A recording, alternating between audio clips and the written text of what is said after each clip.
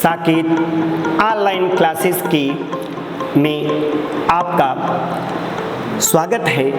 मैं संतोष कुमार मिश्रा, प्रवक्ता इतिहास विभाग, आज आप लोगों को पूर्व मध्यकालीन भारत के इतिहास के बारे में बताऊंगा।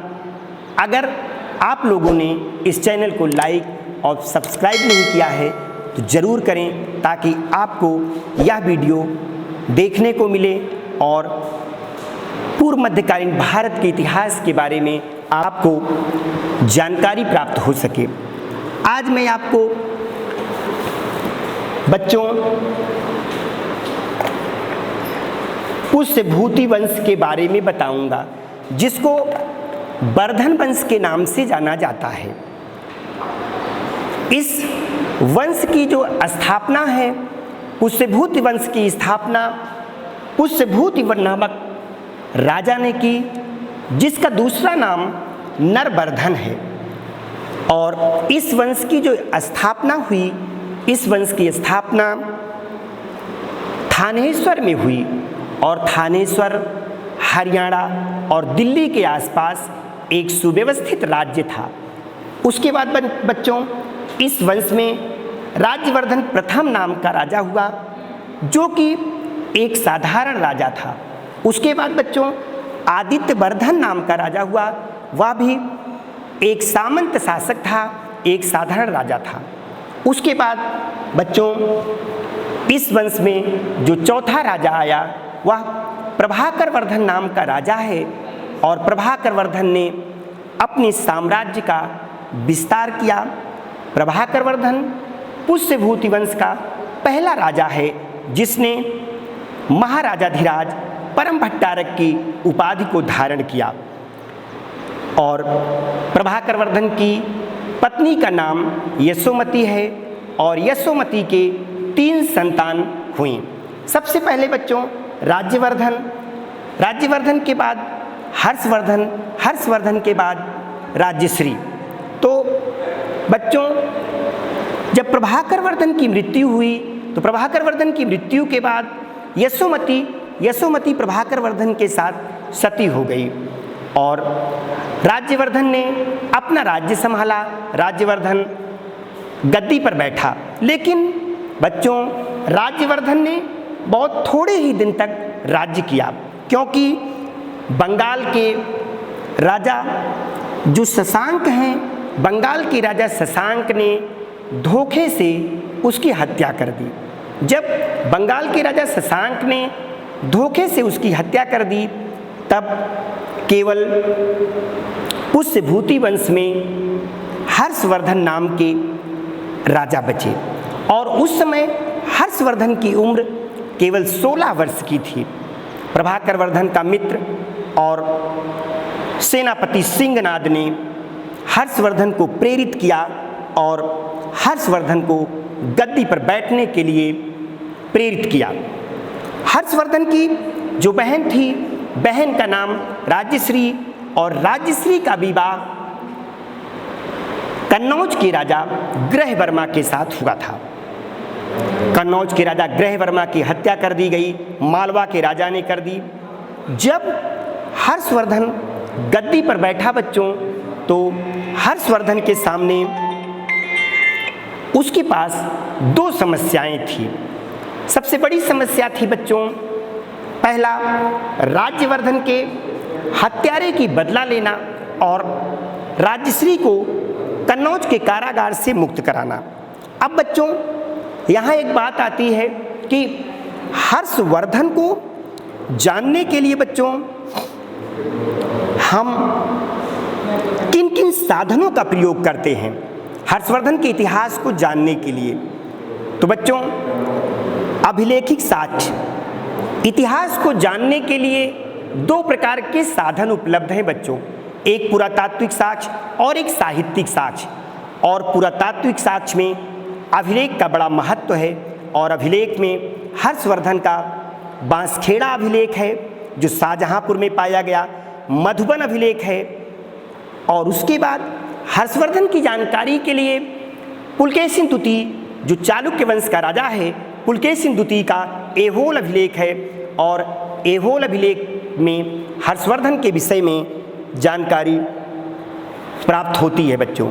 तो उसके बाद बच्चों जो साहित्यिक साक्ष्य है हर्ष को जानने के लिए, साहित्यिक साक्ष्य में हर्ष का जो दरबारी कवि है बाणभट्ट ने हर्षचरित नामक ग्रंथ की रचना की, कादंबरी नामक ग्रंथ की रचना की और हर्षचरित से हर्ष के विषय में जानकारी प्राप्त होती है।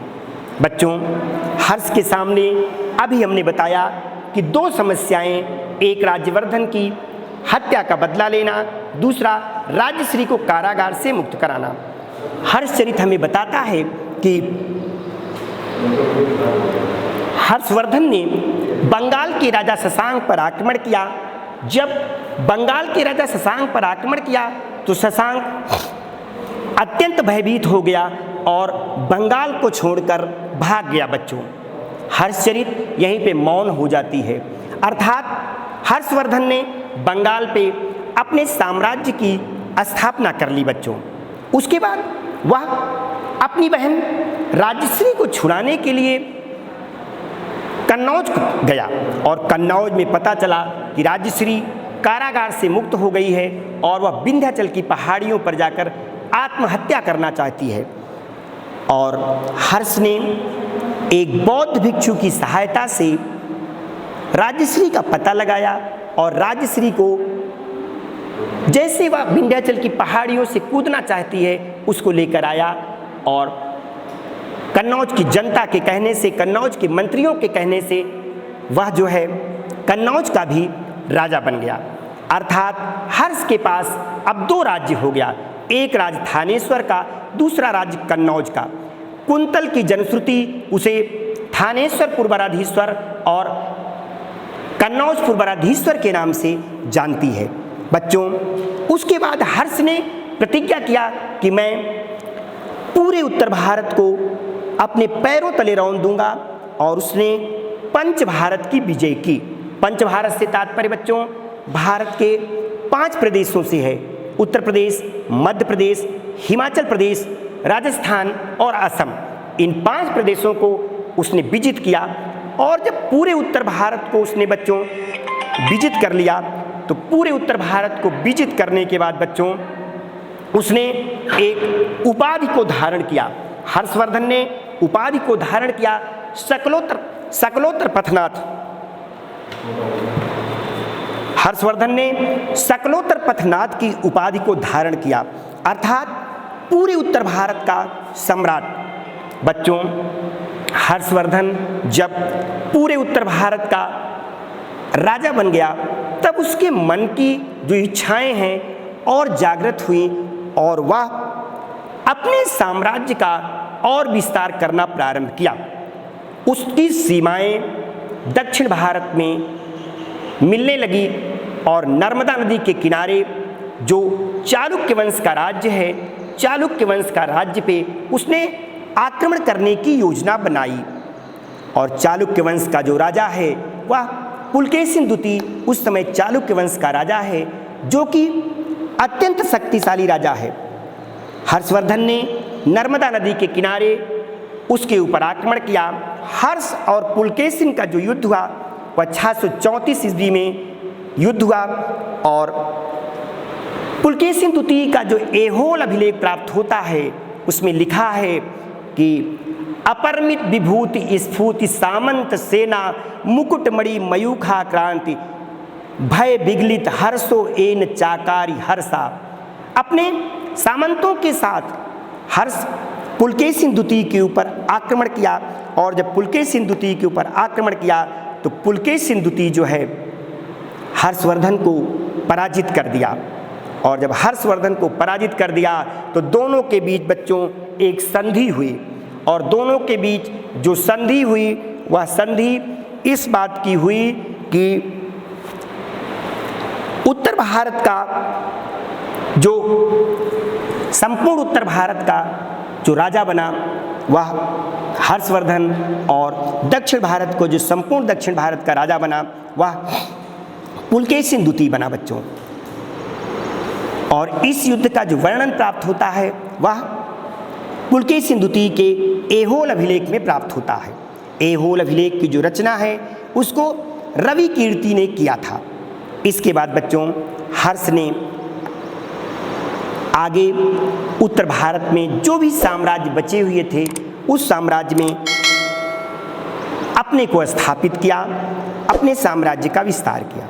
बताते हैं कामरूप असम का प्राचीन नाम कामरूप, और कामरूप पे उस समय भास्कर वर्मा का राज्य था बच्चों, और भास्कर वर्मा की हर्ष के साथ मित्रता थी, दोनों आपस में मित्र थे।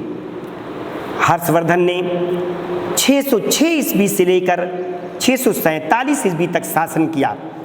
हर्षवर्धन के शासनकाल की सबसे बड़ी घटना बच्चों कि हर्षवर्धन के शासनकाल में चीनी यात्री वैनसांग भारत आया। 629 ईस्वी में चीनी यात्री वैनसांग भारत आया। 629 ईस्वी से लेकर 645 ईस्वी तक वैनसांग भारत में रहा। बताते हैं बच्चों कि जो हर्षवर्धन है, हर्षवर्धन प्रारंभ में शैव धर्म का अनुयायी था, लेकिन बौद्ध भिक्षु दिवाकर सेन के प्रभाव में आकर बौद्ध धर्म को ग्रहण कर लिया। जब बौद्ध धर्म को ग्रहण कर लिया तो बौद्ध धर्म के विकास के लिए उसने महत्वपूर्ण कार्यों को किया। उसकी मुलाकात जब वैनसांग से हुई, वैनसांग बौद्ध धर्म को आगे बढ़ाने का प्रयास किया, और हर्षवर्धन के शासनकाल में बच्चों बताते हैं कि इसके पहले 4 बौद्ध संगीतियों का आयोजन हुआ था। हर्षवर्धन के शासनकाल में 5वीं बौद्ध संगीति का आयोजन हुआ, और 5वीं बौद्ध संगीति का आयोजन बच्चों प्रयाग में हुआ। जब 5वें बौद्ध संगीति का आयोजन प्रयाग में हुआ, और इस 5वीं बौद्ध संगीति का जो अध्यक्ष बताया जाता है, 5वें बौद्ध संगीति का अध्यक्ष वैनसांग को बताया गया। यहाँ तक बताते हैं बच्चों कि हर प्रति 5वें वर्ष जब प्रयाग में महाकुंभ लगता था तो हर्ष महाकुंभ में आता था और बहुत सा दान दिया करता था बच्चों, बहुत दान देता था। और जब बहुत दान देता था बच्चों, यहाँ तक कि जब दान देते समय उसका धन खत्म हो जाता था तब वो अपने वस्त्रों और आभूषणों को उतार कर दान दिया करता था। उसके दरबार का जो कवि है बाणभट्ट ने हर्ष के विषय में लिखा है कि वह इतना दयालु था कि कभी भी पशु पक्षियों पर भी वह आक्रमण नहीं करता था, तो मनुष्यों पर आक्रमण करने की क्या बात सोची जा सकती है। हर्षवर्धन अत्यंत ही विद्वान व्यक्ति था। हर्षवर्धन ने स्वयं 3 ग्रंथों की रचना की। संस्कृत के 3 महान ग्रंथों की रचना हर्षवर्धन ने की। हर्षवर्धन ने नागानंद, प्रियदर्शिका और रत्नावली नामक ग्रंथ की रचना की बच्चों। हर्षवर्धन अभी जैसे हमने बताया कि 647 ईस्वी में हर्षवर्धन की मृत्यु हुई। जब 647 में हर्षवर्धन की मृत्यु हुई तो हर्षवर्धन की मृत्यु के बाद बच्चों वर्धन वंश में कोई वीर नहीं था, हर्षवर्धन के कोई पुत्र नहीं था बच्चों। इसलिए हर्षवर्धन के मंत्री अर्जुन ने उसके साम्राज्य पर अपने साम्राज्य की स्थापना कर ली। इस प्रकार बच्चों वर्धन वंश की समाप्ति हुई। अब बच्चों हम आपको आगे बढ़ते हैं, और आगे बढ़ने में बच्चों दूसरा टॉपिक, और दूसरे में हम आपको राजपूत काल और राजपूत काल में प्रतिहार वंश के बारे में आज आपको बताते हैं बच्चों। प्रतिहार वंश की जो उत्पत्ति मानी जाती है बच्चों, वह प्रतिहारी से मानी जाती है। प्रतिहारी का तात्पर्य होता है बच्चों द्वारपाल। प्रतिहारी से तात्पर्य है द्वारपाल, और जो प्रतिहार वंश है वह लक्ष्मण की संतान मानी जाती है। रामचंद्र जी के भाई लक्ष्मण और लक्ष्मण की संतान प्रतिहार वंश के मानी जाती है। तो बच्चों प्रतिहार वंश के जो संस्थापक हैं, प्रतिहार वंश के संस्थापक नागभट्ट हैं, और नागभट्ट ने उत्तर भारत में अपने साम्राज्य की स्थापना की बच्चों। नागभट्ट ने राजस्थान में अपने साम्राज्य की स्थापना की और इनका जो प्रारंभिक मूल निवास स्थान बताया जाता है, इनका प्रारंभिक मूल निवास उज्जैन में बताया जाता है। उज्जैन यानी मध्य प्रदेश पे इन्होंने अपने साम्राज्य की स्थापना की बच्चों। उसके बाद राजस्थान में अपने साम्राज्य को बढ़ाया। जब नागभट्ट प्रथम की मृत्यु हुई बच्चों, तो नागभट्ट प्रथम की मृत्यु के बाद काकुस्थ नाम का उसका एक भाई था जो तक्कुक नाम से जाना जाता है, और उसके बाद देवराज ने शासन किया।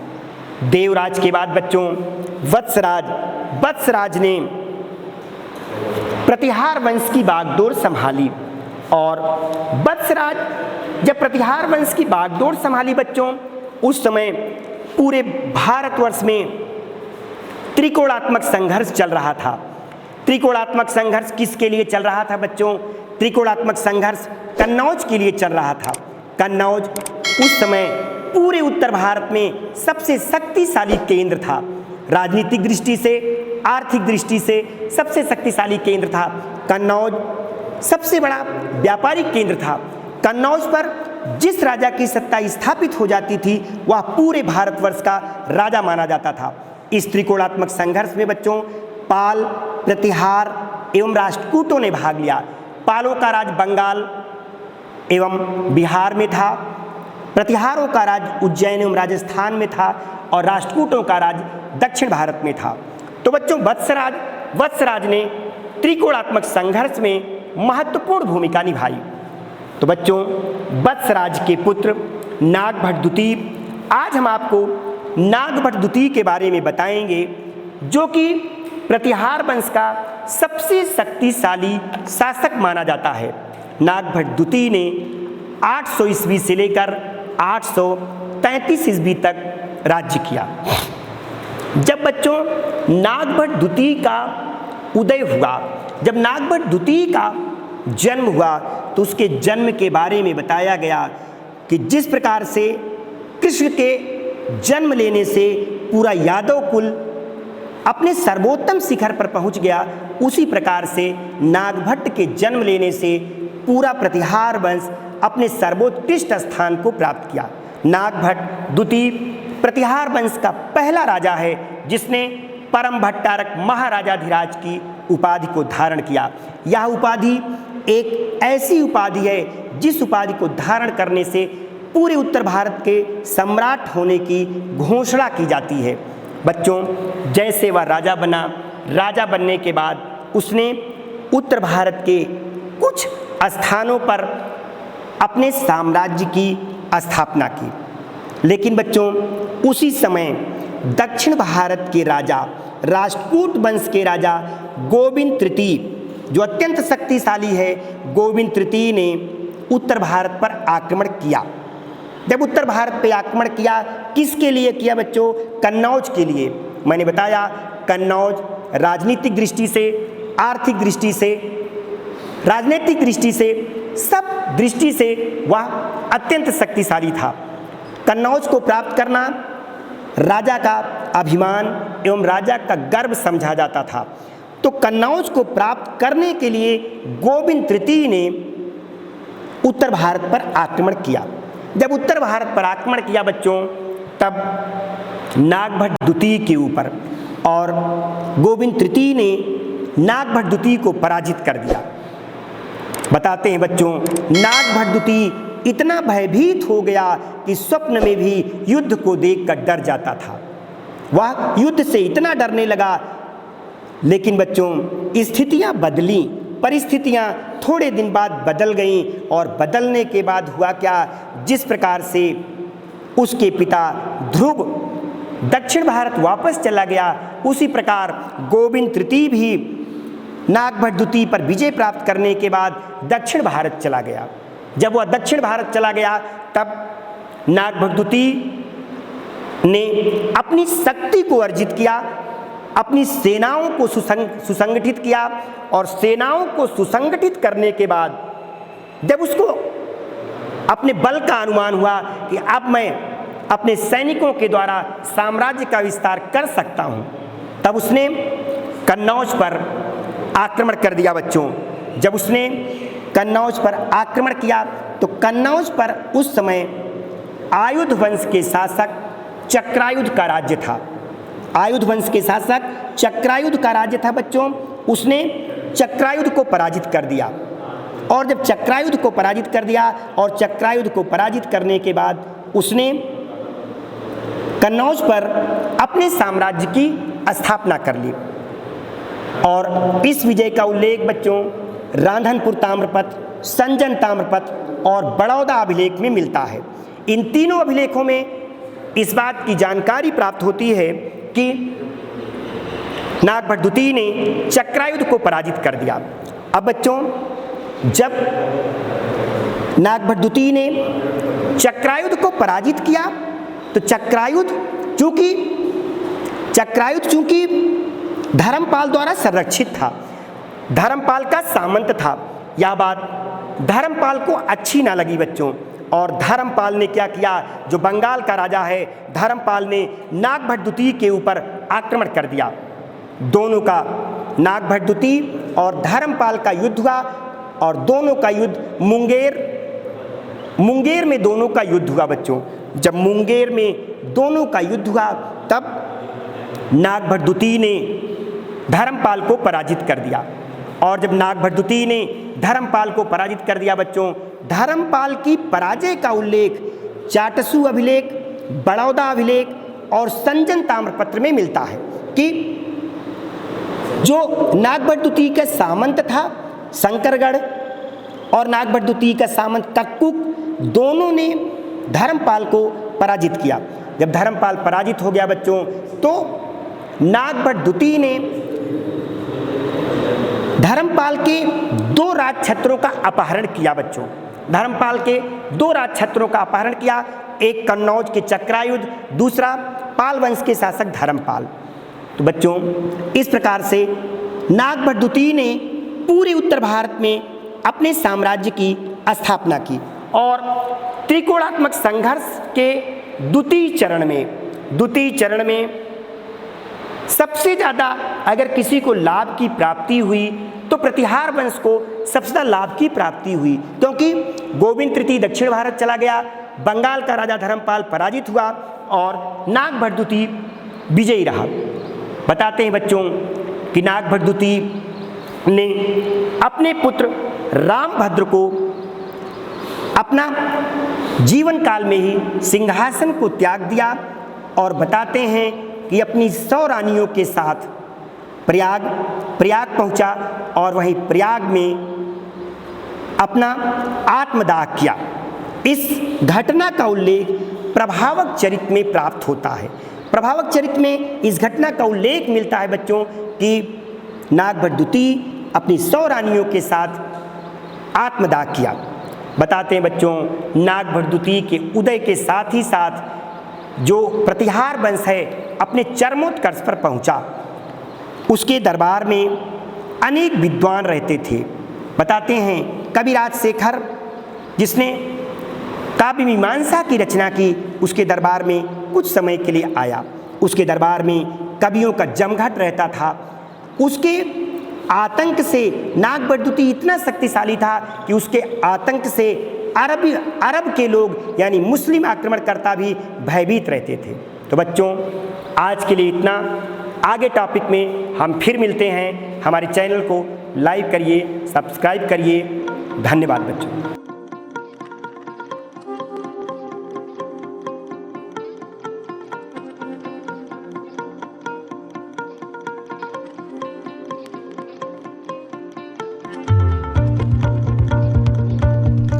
इस वीडियो को अपने दोस्तों के साथ ज़रूर शेयर कीजिए। अगर इस टॉपिक पर आपके कोई भी क्वेश्चन है तो नीचे कमेंट करके पूछिए, हम उत्तर देने का प्रयास करेंगे। और अगर आपने अभी तक हमारे चैनल को सब्सक्राइब नहीं किया है तो तुरंत सब्सक्राइब करिए, साथ ही बेल आइकन पर क्लिक करें ताकि आगे आने वाले सभी वीडियो आप तक पहुंचते रहें और आप हमसे यूं ही जुड़ें।